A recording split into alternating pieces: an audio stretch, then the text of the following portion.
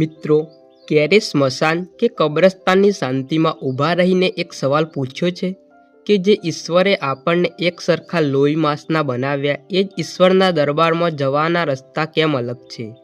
કેમ કે એક દેહ અગ્નિની જ્વારાઓમાં ભસ્મ થઈને આકાશમાં ભરી જાય છે તો બીજો દેહ માટીની શીતળ ગોદમાં સમાઈને ધરતીનો અંશ બની જાય છે?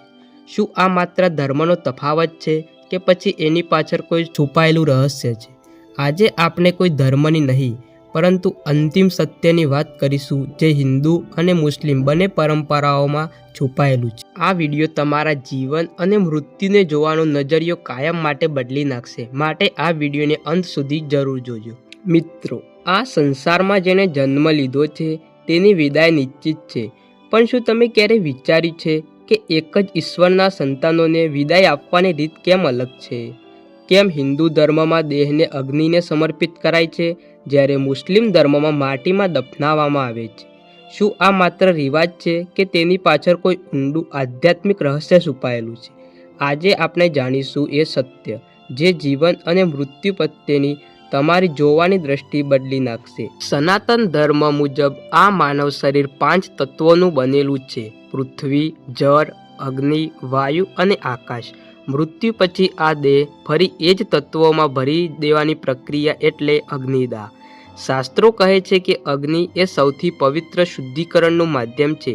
જ્યારે મનુષ્યનું મૃત્યુ થાય છે ત્યારે આત્માને તેના શરીર પ્રત્યે ખૂબ મોહ હોય છે. અગ્નિદાહ દ્વારા એ દેહ જલ્દીથી પંચ તત્વમાં વિલીન થઈ જાય છે, જેથી આત્માને સમજાય છે કે હવે તેનું આ દુનિયામાં કોઈ સ્થાન નથી. ગરુડ પુરાણ મુજબ અગ્નિ સંસ્કાર કરવાથી આત્માને દેહના બંધનમાંથી ત્વરિત મુક્તિ મળે છે અને તે પોતાની આગળની મુસાફરી એટલે કે મોક્ષ તરફ પ્રયાણ કરે છે.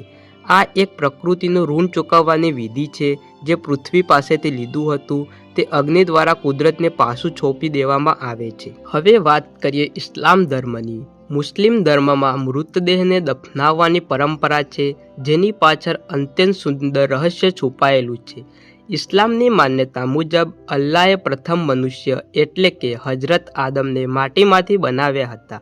તેથી કુરાન શરીફમાં કહેવાયું છે કે મિટ્ટી સે ही इंसान को बनाया गया है और मिट्टी में ही उसे वापस लौटना है. આ વિધિ માનવીની સાદગી અને નમ્રતાનું પ્રતીક છે. મુસ્લિમ ધર્મમાં એવી માન્યતા પણ છે કે મૃત્યુ પછી આત્મા બરઝખમાં રહે છે અને કમાયત એટલે કે ન્યાયના દિવસની રાહ જુએ છે. તે દિવસે દરેક શરીરનો હિસાબ થશે, તેથી દેહને માટીની ગોદમાં સુરક્ષિત રાખવામાં આવે છે. જનાજાની નમાઝ દ્વારા અલ્લાહ પાસે મૃતક માટે ગુનાહોની માફી અને જન્નતની દુઆ માગવામાં આવે છે. આ એક અત્યંત અને શાંતિપૂર્ણ અંતિમ વિદાય છે. મિત્રો, રીતો ભલે અલગ હોય પણ બંનેનો ઉદ્દેશ એક જ છે: આત્માની શાંતિ અને પ્રકૃતિ સાથે મિલન. હિન્દુ ધર્મ કહે છે કે તમારું કંઈ જ નથી, બધું જ બળીને રાખ થઈ જવાનું છે, માટે અહંકાર છોડો. જ્યારે ઇસ્લામ શીખવે છે કે તમે ગમે તેટલા શક્તિશાળી હોવ, અંતે તો આ 7 ફૂટની માટીમાં સમાઈ જવાનું છે, માટે નેકી કરો. માર્ગ ભલે અગ્નિનો હોય કે માટીનો, પણ જીવનનું અંતિમ સત્ય તો એ જ છે કે આપણે ખાલી હાથે આવ્યા હતા અને ખાલી હાથે જ જવાનું છે. સાચો ધર્મ એ જ છે જે જીવતા માણસને પ્રેમ કરતા શીખવે અને જતી વખતે તેના પૂરા માન સન્માન સાથે વિદાય અપાય. મૃત્યુ એ અંત નથી, પણ પરમાત્મા સાથે મરવાનો એક રસ્તો છે. આશા છે કે તમને આ આધ્યાત્મિક માહિતી ગમી હશે. જો તમને આ વિડીયો ગમે હોય તો તેને લાઈક કરો, શેર કરો અને કોમેન્ટમાં ઓમ શાંતિ લખીને તમારી શ્રદ્ધા વ્યક્ત કરો. આવી જ ધાર્મિક જાણકારી માટે અમારી ચેનલને આજે જ સબસ્ક્રાઈબ કરો. જય શ્રી કૃષ્ણ.